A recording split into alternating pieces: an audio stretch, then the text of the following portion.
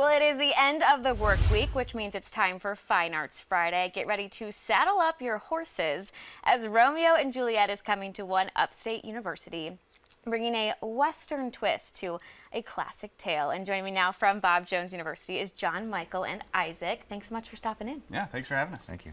So tell me a little bit about this kind of Western version of a classic love story. Yeah, so we had a Western town set in our warehouse and some costumes, and the Dean of Fine Arts approached me about directing a Shakespeare play, and he said, hey, we have this Western set and costumes ready to go.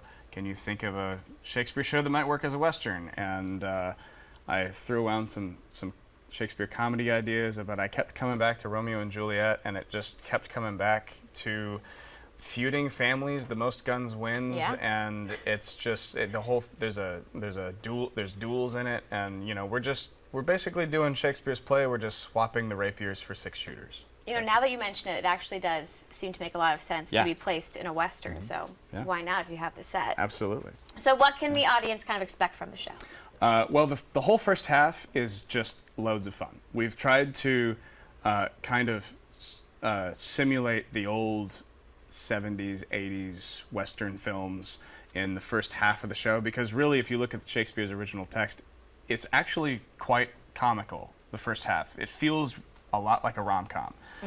And then there's a moment of violence right before intermission that changes the world, and we go headfirst into tragedy after that. So it's a little best of both worlds. Yeah. Comedy, tragedy, romance, all the things. Why So, not? I mean, you're teasing the show well. We're getting it all in one show. And Isaac, I know you play Romeo's father, I do, Lord yes. Montague. Tell me a little bit more about that character. Yeah, so like I said, Lord Montague is Romeo's father. He's kind of the leader of the clan of the Montagues, and all throughout the story we've got, of course, this feud between the Capulets and the Montagues.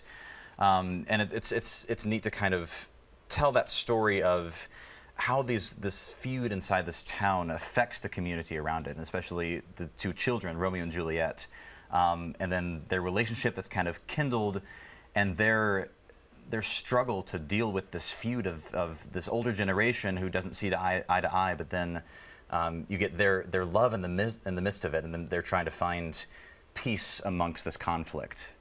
Yeah. I feel like sometimes people hear about a Shakespeare play and are like, oh, I'm not going to understand it, or like that's a little too fancy. Do you think by bringing in this Western twist, you're kind of opening up the audience and maybe getting new people interested? Yeah, I think so. It's really interesting because if you look at historically, the accent that Shakespeare had is not the typical English accent that you think of now.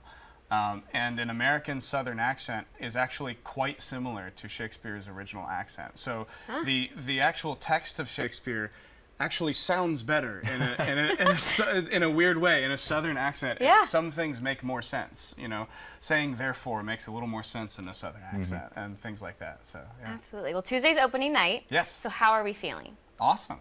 We've got ready. one more rehearsal tonight. The cast is ready. I mean, it's a really tight show. It's a really beautiful show. The actors are doing a great job. Yeah.